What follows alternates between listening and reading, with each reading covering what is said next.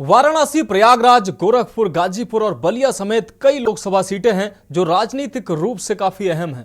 पूर्वांचल की अगर बात करें तो 1 जून को पूर्वांचल में आखिरी चरण में मतदान होने हैं। वैसे तो चुनावी मुद्दे पूर्वांचल में कई हैं जो काफी अहम हैं, पर राम मंदिर का मुद्दा पूर्वांचल में सबसे ज्यादा अहम रहा है। आपको बता दें, पूर्वांचल में ज्यादा छाए रहने की इस मुद्दे की बात कही जा रही है। राम मंदिर मुद्दा जो है वो पूर्वांचल के लिए फैक्टर साबित होगा। ये रिपोर्ट देखिए। जैसे जैसे लोकसभा चुनाव नजदीक आ रहे हैं, राजनीतिक पार्टियों ने अपनी अपनी तैयारियां भी शुरू कर दी हैं। बीजेपी का सबसे ज्यादा फोकस उत्तर प्रदेश पर है। यहाँ अगर पूर्वांचल की बात करें तो वाराणसी, प्रयागराज, गोरखपुर, गाजीपुर और बलिया समेत कई लोकसभा सीटें हैं जो राजनीतिक रूप से काफी अहम है। 2024 के लोकसभा चुनाव में भी इन तमाम निर्वाचन क्षेत्रों में मतदाताओं के लिए बेरोजगारी, महंगाई, विकास और किसान से जुड़े मुद्दे ही अहम हैं। हमारे यहाँ बेरोजगारी चरम सीमा पर बढ़ती जा रही है। महंगाई में सरकार का कोई लगाम नहीं है। आने वाले समय में हम डिग्री क्यों लें या फिर हम पढ़ाई क्यों करें, ये हम डिसाइड नहीं कर पा रहे हैं। युवा, हम सभी युवा यह चाहते हैं कि सरकार हमारे पर भी थोड़ा ध्यान दे। 2024 में सबसे ज़्यादा जो प्रभावी मुद्दा है वो बेरोजगारी का है। जनता परेशान है, इसलिए सबसे इस देश में महत्व मुद्दा बेरोजगारी है। किसी को रोजगार नहीं मिल रहा है, व्यापारी भी परेशान है, किसान भी परेशान है। किसान की खाद की बोरी में पहले 5 किलो कम था, अब 10 किलो कम हो गया। लेकिन इस बार के आम चुनाव में किसानों का मुद्दा राजनीतिक पार्टियों पर असर डाल सकता है। मतदाताओं की माने तो उत्तर प्रदेश सरकार में किसानों को उनका बुनियादी हक नहीं मिल पाया है। सरकार से यही उम्मीद है कि वो किसानों के हक में, किसानों का जो वैधानिक हक अधिकार है वो मिले। अगर बनारस की बात की जाए तो बनारस के किसानों की अधिक से अधिक जमीनें अधिग्रहित हो रही है, तो अधिग्रहण की प्रक्रिया भूमि अर्जन एवं पुनर्वास कानून के आधार पे हो, न कि जबरदस्ती हो। किसानों की आय दोगुनी करने की बात मोदी सरकार ने किया था, लेकिन दोगुनी क्या करेंगे, वो किसानों की जो एमएसपी की बात किए थे वह आज तक नहीं घोषित कर पाए कि किसानों का जो फसल है उसकी एमएसपी की दर क्या होगी, ये आज तक तय कर नहीं पाए। और उल्टे जो खाद 50 केजी की बोरी आती थी, आज वो 40 केजी की आ रही है और दाम अधिक हो गया है। हालांकि कई मतदाताओं की राय काफी अलग है। कई वोटर्स मोदी सरकार के कामकाज से काफी खुश हैं। वर्तमान सरकार के साथ ही जाने का मन बनाए हुए हैं।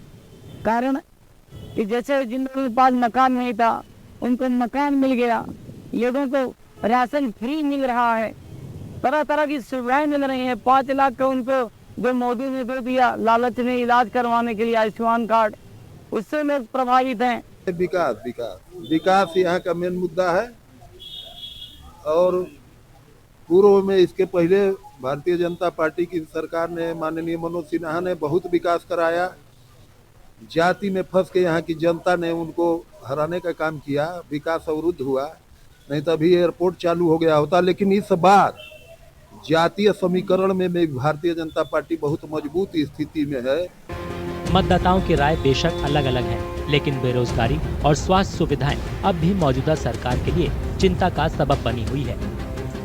जो वर्तमान समय में सरकार काम कर रही है, मुझे नहीं लगता है कि उस पर कुछ कहा जा सकता है। वो बहुत बेहतरीन है। आप राम मंदिर को देखेंगे, इतने समय से जो रुका हुआ था इसी सरकार के समय में वो पूरा हुआ है। बेरोजगारी कहीं नहीं कहीं तो है ही है, लेकिन हम उस पर ये कहेंगे कि बेरोजगारी के साथ साथ हमारे जो पॉपुलेशन में उसमें भी वृद्धि है। इस मुद्दे पर हम ये भी कहेंगे कि सरकार को थोड़ा सा ध्यान देना चाहिए रोजगारी और महंगाई पर। यहाँ पर जो है जरा सी भी जो है, एक मेडिकल में अगर स्पेशलाइजेशन की बात करें तो बहुत सारी ऐसे डिपार्टमेंट है जिसके डॉक्टर यहाँ पर आज भी नहीं है। अगर वो जिला चिकित्सालय में व्यवस्था हो सके तो बहुत अच्छा रहेगा। इस बार आम चुनाव में राम मंदिर का असर भी दिख सकता है। प्रयागराज के लोगों का कहना है कि राम मंदिर का निर्माण बाकी सारे मुद्दों से ऊपर है। देखिए, डेवलप तो कहने की बात रहेगी, हवा ही रहेगी जो जैसे जिस तरह से, लेकिन सारा समीकरण जो है, और इसमें जो दूसरा मुद्दा इसमें अगर राम मंदिर को लेके है, वो भी बहुत उसका असर रहेगा चुनाव में। देखिए, एक तरफ तो जाति है, एक तरफ विकास है, एक तरफ राम और राष्ट्र। तो हम तो जाति के साथ नहीं हैं, हम तो राम और राष्ट्र के साथ हैं। प्रयागराज के लोगों की माने तो राज्य में अपराध के मामलों में पहले से कमी आई है। इसके लिए वो प्रदेश की योगी सरकार की सराहना भी कर रहे हैं। क्राइम कंट्रोल जो कि प्रशासन कर ही रही है, हमारे योगी जी के नेतृत्व में बहुत अच्छा काम चल रहा है क्राइम को लेके। तो दूसरा मुद्दा यही है वैसे भी कि आगे भी ऐसे ही चलता रहे। एक तो अपराधियों पर अंकुश लगाना, दूसरा विकास का मुद्दा। तो इसमें जाति समीकरण से हट करके मतदाता और आम जनता अपने सुख सुविधा और सुरक्षा को लेकर के प्राथमिकता देंगे। पिछले 5 सालों में उत्तर प्रदेश में डबल इंजन की सरकार के कामकाज से प्रदेश के लोग काफी खुश हैं। इंफ्रास्ट्रक्चर में आए सुधार ने लोगों को काफी प्रभावित किया है। 5 साल के कार्यकाल में शुरू में तो 1-2 साल अच्छा काम नहीं हुआ, लेकिन उसके बाद से काफ़ी ग्रो कर रहा है बलिया। इस समय जो 4 लेन की सड़क भी फेफना से लेकर के और बैरिया तक की पास हो गई है, बीच की सड़क का 4 लेन बन ही रहा है। हमारा रेलवे स्टेशन सबसे मॉडल रेलवे स्टेशन बन रहा है। देखिए, इसमें रेशियो तो हमेशा 60-40 का रहता है, सेंट्रल में बहुत ज़रूरी है। और ये ज़रूर हम मानते हैं कि जो नया आएगा वो और कुछ नई चीज़ें लेके आएगा, नए वादे लेके आएगा, जिसमें से अगर वो 60% भी कर देता है तो बहुत कुछ हो जाएगा बलिया के लिए। ये ज़रूर है कि बहुत कुछ हुआ है बलिया में विकास। पहले से लाइट भी बहुत बेहतर हो गई है। लाइट की समस्या पहले बहुत रहती थी, लाइट की समस्या भी बहुत दूर हुई है। रोड अच्छे हो गए हैं, तो विकास कार्य तो हो रहा है। ऐसा नहीं कि विकास कार्य नहीं हो रहा है। पूर्वांचल की बात करें तो इस क्षेत्र का लोकसभा चुनाव में राजनीतिक महत्व है।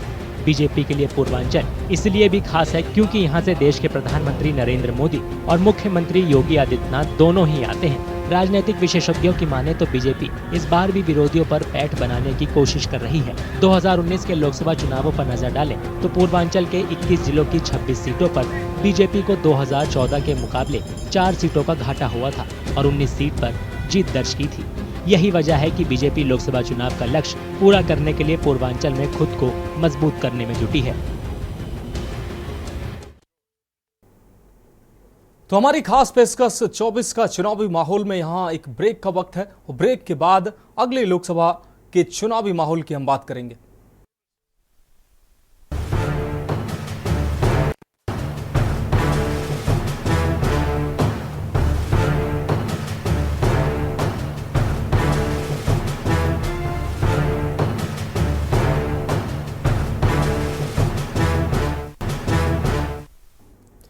तो ब्रेक के बाद हमारी खास पेशकश 24 का चुनावी माहौल में एक बार फिर से आपका स्वागत है।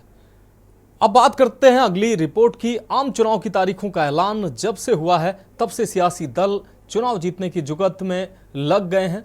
एमपी में चुनावी चर्चा और जीत हार की बाजी अभी से लगना शुरू हो गई है। मध्य प्रदेश की 29 लोकसभा सीट में से 4 सीट ग्वालियर चंबल इलाके से हैं। ग्वालियर, भिंड, मुरैना और गुना लोकसभा सीट, कौन सीट पर क्या चुनावी माहौल है, क्या है चारों सीटों का समीकरण, हमारी रिपोर्ट देखिए। मध्य प्रदेश का ज्यादातर महाकौशल इलाका नर्मदा नदी के किनारे है। नर्मदा को राज्य की जीवन रेखा माना जाता है। महाकौशल में जबलपुर, शहडोल, कटनी, छिंदवाड़ा, नरसिंहपुर, मंडला, डिंडोरी, सिवनी और बालाघाट जैसे जिले पड़ते हैं। 2024 लोकसभा चुनाव से पहले मंडला के लोगों ने जबलपुर तक सीवर पाइपलाइन और 4 लेन हाईवे पूरा करने की मांग रखी है। मंडला सांस्कृतिक क्रियाकलाप, वन्य जीवन और ऐतिहासिक इमारतों के लिए मशहूर है। बच्चे निकलते हैं यहाँ से, बड़े निकलते, बाहर निकलते हैं, गिरते हैं बार बार, कितनी बार अस्पताल भी चले जाते हैं, लेकिन यहाँ कोई काम नहीं होता, कोई सुनवाई नहीं है, ना नगर पालिका ध्यान देती है। मंडला जबलपुर हाईवे का एक हिस्सा टूटा फूटा है, ये भी बड़ा मुद्दा है। लोगों ने हाईवे के इस हिस्से में घंटों ट्रैफिक जाम की शिकायत की है। जो अपेक्षाएं की जा रही है कि इस सड़क मार्ग का निर्माण शीघ्र ही पूरा किया जा सके, ऐसा कतई नहीं हो पा रहा है। आदिवासियों की परेशानियां दूर करने की भी मांग की गई है। लोगों को प्रस्तावित चुटका न्यूक्लियर पावर प्लांट पर भी आपत्ति है। कहीं ना कहीं आज पूरे विश्व स्तर पर परमाणु संयंत्र या परमाणु की जो चीजें हैं पूरे विश्व में देखा जाए जहां पर बंद किया जा रहा है, वहीं पर हमारी गवर्नमेंट, केंद्र सरकार यहाँ पर ला रही है। ये एक प्रमुख उसका कारण है और मूल रूप से विस्थापन एक बड़ी वजह है। बालाघाट जिला मैग्नीज खदानों के लिए देश भर में मशहूर है। चुनाव से पहले यहाँ औद्योगिक विकास के साथ बेहतर शिक्षा और स्वास्थ्य सुविधा की उम्मीद की जा रही है। खनिज के अलावा ये इलाका बांस और धान की खेती के लिए भी जाना जाता है। दुर्भाग्य की बात है कि बालाघाट जिले में जिस हिसाब से उद्योग लगाया जाना चाहिए वो उद्योग स्थापित नहीं हो पा रहे हैं। हालांकि यहाँ उद्योगपति आकर्षित जरूर होते हैं, लेकिन मध्य प्रदेश की जो उद्योग नीति है वो उद्योग नीति अन्य राज्यों की तुलना में बेहद जटिल है और बेहद महंगी है। यहाँ पे जो है बड़ा उद्योग लग जाता, प्रोसेसिंग प्लांट लग जाता और यही लोहा बनाया जाता तो बालाघाट जिले की जनता को दूसरे जिले में जो है रोजगार ढूंढने के लिए जाना नहीं पड़ता। अगर किसी को डॉक्टर बनना है तो नागपुर जाएंगे, दिल्ली जाएंगे, भोपाल जाएंगे या अदर सिटी में जाएंगे, लेकिन हमारे बालाघाट जिले में एक मेडिकल कॉलेज तक नहीं है। नरसिंहपुर जिले में लोगों ने जुआ और रेत की अवैध खुदाई पर लगाम कसने की मांग रखी है। उन्होंने फैक्ट्री मजदूरों की पगार बढ़ाने की भी मांग की है। सट्टे की चलने की जहाँ तक की खबरें हैं तो उस तरह की जिस तरह की वीडियो वायरल हो रहा है उससे लगता है कहीं ना कहीं कि जुए और सट्टे पर लगाम लगाई नहीं जा पा रही है। भैया राष्ट्रीय स्तर तक के आंदोलन हो गए, मनो हमारों को राहत नहीं मिली अभी तक। और जब NTPC जब से आई है ऐसी स्थिति हो गई कछु ने पूछो भैया, हमारों को तो हाल बेहाल है। गन्ना किसानों को चीनी मिलों से समय पर भुगतान न करने की शिकायत है। 400 रुपए कुंटल कम से कम गन्ना का मूल्य रहना चाहिए। और क्या चाहते हैं? और कुछ नहीं, पैसा मिले फैक्ट्री वाले एक साल तक नहीं देते। अच्छा, ये समस्याएं हैं। गन्ना की जो फसल है शुगर मिल द्वारा पेमेंट समय पे नहीं दी जाती, बहुत ज्यादा परेशानियां। गली रास्ता में 2-2 दिन ट्रैक्टर नहीं उखड़ पा रहे, ट्रैक्टरों पे ले जाते, एक्सीडेंट होने का लफड़ा, सब समस्या को लेकर पेमेंट भी सही टाइम पे नहीं आ रही, बहुत दिक्कतें हैं। हाल में नर्मदा नदी से रेत की अवैध खुदाई के कई मामले सामने आए। लोगों की शिकायत है कि प्रशासन रेत माफिया पर कोई कार्रवाई नहीं करता। मां नर्मदा को जो है बीचों बीच से क्रेशर लगा के और रेत निकाली जा रही है, जिसमें काफ़ी गहरे गड्ढे यहाँ पे हो गए हैं और धार टूटने की स्थिति में है। और यहाँ पर क्या है, प्रशासन भी यहाँ अनदेखी कर रही है। छिंदवाड़ा जिले के किसानों ने खासकर टमाटर का प्रोसेसिंग यूनिट लगाने की मांग की है। उनका कहना है कि टमाटर उनकी मुख्य उपज है। अगर यहाँ पे कोई ऐसी प्रोसेसिंग यूनिट दे जाए, केचप या कुछ और अच्छी कंपनी आके मिल जाए, तो किसानों को पैसा मिलके वो 100 रुपये का 150 रुपये भाव मिल जाएगा। तो छिंदवाड़ा में ये होना चाहिए। जबलपुर महाकौशल के बीच में पड़ता है, यहाँ मुख्य रूप से खेती की जाती है। चुनाव से पहले जबलपुर के लोगों ने खाद कारखाना लगाने की मांग की है ताकि यहाँ की अर्थव्यवस्था मजबूत हो। यानी वो प्रोसेसिंग यूनिट डालना एक बहुत बड़ी टेढ़ी एक कसरत है, तो इनमें थोड़ा सा विचार करना पड़ेगा। उसमें ये भी देखें कि जो लोगों को खाने के लिए मिलेगा वो सुरक्षित रहे, ये सारी बातें देखें, सुरक्षा तो देखें। डिफेंस क्लस्टर बनाने की पुरानी मांग फिर उठाई गई है। लोगों का मानना है कि इससे यहाँ के युवाओं को रोजगार मिलेंगे।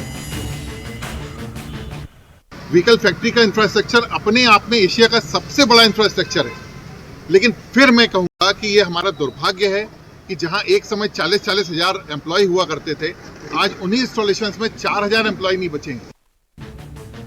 लोगों ने देश के दूसरे हिस्सों से हवाई कनेक्टिविटी बेहतर बनाने की भी मांग की है। कनेक्शन है, हवाई कनेक्शन, वह विस्तार होना चाहिए ताकि जबलपुर में बाहर से विभिन्न राज्यों से जो आते हैं लोग, वह उनको कनेक्टिविटी मिले और वो उनका समय बचे, वो फ्लाइट से आएँ, अपनी खरीदी करें और फ्लाइट से निकल जाएं। ये जबलपुर जो है पूरे भारत देश का मध्य क्षेत्र है, महाकौशल पूरा मध्य क्षेत्र है। फर्नीचर कारोबारियों का मानना है कि जबलपुर का राजस्व बढ़ाने के लिए वहां फर्नीचर क्लस्टर का विकास जरूरी है।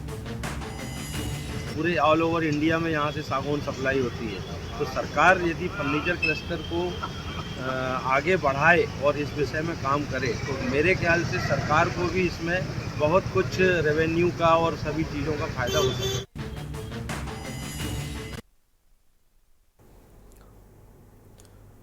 तो 24 के चुनावी माहौल में अब बढ़ेंगे और बात करेंगे अगले लोकसभा सीट के चुनावी माहौल के। लोकसभा चुनाव में पहले चरण में 19 अप्रैल को वोटिंग होनी है। ऐसे में कांग्रेस शासित कर्नाटक राज्य पर सबकी निगाहें टिकी हुई हैं। कर्नाटक के बीदर लोकसभा सीट ये सीट बेहद अहम मानी जाती है। बीदर के सीमावर्ती जिले के लोग इलाके में पानी की भारी किल्लत की वजह से पड़ोसी राज्य तेलंगाना में पलायन करने के लिए मजबूर हैं। क्या है वहां का समीकरण और चुनावी मुद्दे क्या हैं, कैसा है वहां का चुनावी माहौल, ये रिपोर्ट देखिए।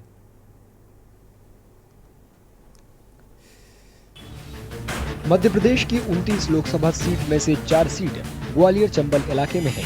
ये है ग्वालियर, भिंड, मुरैना और गुना लोकसभा सीट। पार्टी से इस्तीफों के बावजूद कांग्रेस को यहाँ की सभी 4 लोकसभा सीट जीतने का भरोसा है। बीजेपी का कहना है कि लोग राज्य में कांग्रेस शासन से तंग आ चुके थे। उन्होंने बीजेपी को सत्ता में वापस लाने के लिए वोट दिया। जो ग्वालियर चंबल है, इसका जो सोच है वो बहुत अलग है। यहाँ का जो व्यक्ति है, ये मान के चलिए कि बहुत आत्मसम्मान और स्वाभिमानी व्यक्ति है। उसको तो बदला लेना था जिस प्रकार की गद्दारी उनके साथ हुई थी, और साथ ही साथ यहाँ की जनता बहुत सजग भी है। और तो आगामी चुनाव में आप देखोगे जो सिर्फ फटौवल भारतीय जनता पार्टी में जो अभी दिख नहीं रही है आपको, वो सिर्फ फटौवल ही भारतीय जनता पार्टी को नुकसान पहुंचाएगी। और कांग्रेस को निश्चित रूप से ग्वालियर चंबल अंचल में तो हम ये दावा कर सकते हैं कि बहुत बड़ी अपार सफलता मिलेगी। गुना सीट से बीजेपी उम्मीदवार को लेकर काफी अटकलें लग रही हैं। ये सिंधिया परिवार का गढ़ है। हालांकि 2019 में यहाँ से ज्योतिरादित्य सिंधिया कांग्रेस के टिकट पर हार गए थे। इस मध्य प्रदेश के अंदर कांग्रेस के शासनकाल में गुंडा राज और इस प्रकार के आतंक, लेकिन आज मैं गर्व से कह सकता हूं कि भारतीय जनता पार्टी की सरकार ने इतने वर्षों में इस मध्य प्रदेश को सुरक्षित मध्य प्रदेश बनाया है। मुरैना से बीजेपी किसी नए चेहरे को चुनाव मैदान में उतार सकती है। यहाँ से नरेंद्र सिंह तोमर सांसद थे। हाल में उन्होंने विधानसभा चुनाव लड़ने के लिए इस्तीफा दे दिया था। अब वे मध्य प्रदेश विधानसभा अध्यक्ष हैं। इस बार विधानसभा चुनाव में कांग्रेस को मुरैना लोकसभा के 8 में से 5 विधानसभा सीट पर जीत मिली। कुछ राजनीतिक जानकारों का अनुमान है कि लोकसभा चुनाव में करीबी मुकाबला होगा। उनका यह भी मानना है कि संसदीय चुनाव के नतीजे विधानसभा चुनाव से बिल्कुल अलग हो सकते हैं। 2018 विधानसभा चुनाव में यहां कांग्रेस को सबसे ज्यादा सीट मिली थी, लेकिन 1 साल से भी कम समय बाद हुए लोकसभा चुनाव में कांग्रेस ग्वालियर चंबल क्षेत्र की सारी 4 सीट हार गई। इसके बावजूद राजनीतिक जानकारों का अनुमान है कि यहां के 4 में से कम 2 लोकसभा सीट पर करीबी मुकाबला होगा। अभी अगर विधानसभा देखेंगे तो कांग्रेस और बीजेपी के बीच में कांटे की टक्कर हुई है। 34 में से 16 सीटें कांग्रेस के पास हैं और 18 सीटें बीजेपी के पास हैं। उपचुनाव के बाद भी लगभग यही पोजीशन थी, 1 सीट कांग्रेस का नुकसान हुआ है। लेकिन भिंड और ग्वालियर 2 लोकसभा सीटों पर कांग्रेस की स्थिति मुकाबले की रहेगी, भले ही वो चुनाव हारे या जीते। मध्य प्रदेश में हाल में हुए विधानसभा चुनाव में कांग्रेस को शर्मनाक हार का सामना करना पड़ा। उधर बीजेपी प्रधानमंत्री मोदी की लोकप्रियता पर सवार है। ऐसे में देखना दिलचस्प होगा कि क्या लोकसभा चुनाव में कांग्रेस राज्य में अपनी सीटों की संख्या सुधार सकती है। बीजेपी को 2019 लोकसभा चुनाव में राज्य की 29 में से 28 सीट पर जीत मिली थी। कांग्रेस के लिए इकलौती सीट पूर्व मुख्यमंत्री कमलनाथ के बेटे नकुलनाथ ने छिंदवाड़ा से जीती थी।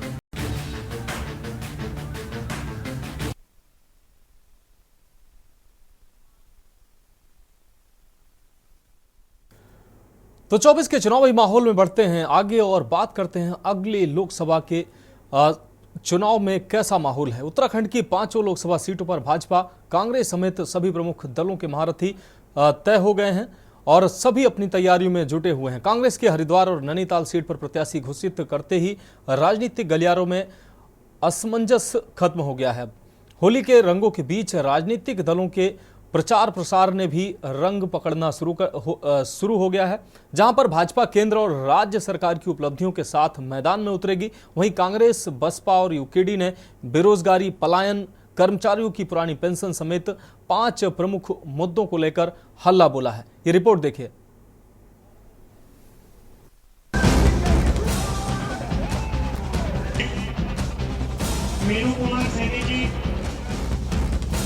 मुख्य विपक्षी दल कांग्रेस के पूर्व मुख्यमंत्री हरीश रावत ने भी अपने बेटे वीरेंद्र रावत के समर्थन में चुनावी आगाज तेज कर दिया है। रावत का कहना है कि वर्तमान में रहे सांसद का कार्यकाल हरिद्वार की जनता ने देख लिया है। सांसद मौजूद नहीं रहे और जनता उन्हें ढूंढती रही। यही वजह है कि हरिद्वार की जनता ने अब परिवर्तन का मन बना लिया है। सेवा, समर्पण और विकास के लिए भी वोट करेगा, क्योंकि लोगों ने 2014 में से लेकर के 2024 तक का सांसद का कार्यकाल देखा है, जो बड़ा निराशाजनक रहा है हरिद्वार के लिए। लोगों को सांसद उपलब्ध नहीं रहे, उनकी सेवा उपलब्ध नहीं रही, उनका विकास उपलब्ध नहीं रहा। इसलिए अब विकास, सेवा, समर्पण की खोज में। वहीं सूबे के मुख्यमंत्री पुष्कर सिंह धामी का दावा है कि निश्चित तौर पर इस बार लोकसभा सीट पर खड़े बीजेपी के प्रत्याशी रिकॉर्ड तोड़ मतों से जीतेंगे और उनका मानना ये भी है कि कांग्रेस में अंदरूनी कलह के चलते कोई भी चुनाव लड़ने को राजी नहीं है और जो लड़ने जा रहा है उनकी हार निश्चित है। बहुत ऐसी स्थिति हो गई है कि उनके कोई भी नेता चुनाव में नहीं जाना चाहते हैं, चुनाव से बचना चाहते हैं और क्योंकि उनको पता है कि परिणाम क्या आने वाला है, इसलिए उनको पहले से ही परिणाम पता है, इसलिए चुनाव से भाग रहे हैं। इसलिए इस प्रकार की स्थितियां पैदा हो रही हैं। 19 अप्रैल में पहले ही चरण में होने वाले लोकसभा चुनाव को लेकर उत्तराखंड में अब चुनावी बिगुल बज चुका है। मैदान में उतरे सभी दलों के प्रत्याशी अपनी जीत का दावा पेश कर रहे हैं। वहीं आज नॉमिनेशन के दौरान तमाम पार्टियों से जुड़े कार्यकर्ता और प्रत्याशियों ने अपना शक्ति प्रदर्शन दिखाते हुए नामांकन दाखिल किया है। आपको बता दें कि 27 अप्रैल नामांकन का आखिरी और अंतिम दिन है और इस दिन नैनीताल से प्रत्याशी अजय भट्ट, हरिद्वार सीट से वीरेंद्र रावत अपना पर्चा दाखिल करेंगे। जीत को लेकर प्रत्याशी कितने आश्वस्त हैं, ये आप खुद ही देख लीजिए। ऐसा लग रहा है कि मुझे नहीं, बीजेपी, मोदी जी का प्यार जो आज खिल रहा है, हम सभी लोग बहुत ही खुश हैं। हमारे सभी कार्यकर्ता, सभी लोग आगे बढ़कर काम कर रहे हैं। बहुत अच्छा करके बहुत ही अच्छा माहौल लग रहा है और आगे भी अच्छा ही होगा, हम लोग को पूरा विश्वास है। और सबको मैं बहुत धन्यवाद देना चाहती हूँ जो यहाँ आए हैं और भगवान बद्री विशाल का, सभी हमारे लोग का प्यार और आशीर्वाद मिले, यही मेरा कहना है और आगे बढ़े। रुझान भी बहुत अच्छा है, धीरे धीरे जो है ये बात बढ़ रही है, लोगों की सोच में परिवर्तन आ रहा है और कांग्रेस कार्यकर्ताओं में एक बड़ा उत्साह है कि सब लोग मिलकर जो है अपने बूथ से लेकर जो है पूरे लोकसभा क्षेत्र में आधा क्षेत्र में कवर कर चुका हूँ। उसमें जनमानस का भी और कार्यकर्ताओं का रुझान बहुत मॉरल हाई है। मॉरल बूस्टिंग के साथ आज नामांकन करने जा रहा हूँ। अध्यक्ष जी और तमाम लोगों के साथ जो है इस नामांकन को भरकर जो है फिर जो है आधार मील का पत्थर साबित करने का कोशिश कर रहे हैं, क्योंकि परिवर्तन होना है। कुल मिलाकर उत्तराखंड में होने जा रहे 5 सीटों पर लोकसभा चुनाव को लेकर सभी दलों ने अपने प्रत्याशी घोषित कर दिए हैं और सभी अब चुनावी मैदान पर उतर चुके हैं। और एक तरफ बीजेपी की तरफ से कांग्रेस मुक्त भारत की बात हो रही है, तो दूसरी ओर कांग्रेस और बीजेपी द्वारा किए गए कामों से लेकर अत्याचारों तक की बात जनता के बीच लाने की मुहिम चल रही है।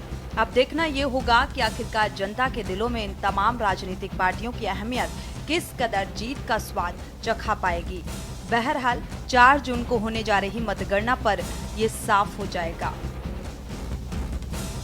उत्तराखंड डेस्क रिपोर्ट, के न्यूज। तो हमारी खास पेशकश 24 का चुनावी माहौल में आज के लिए मेरे साथ इतना ही। मुझे दीजिए इजाजत और आप देखते रहिए के न्यूज इंडिया।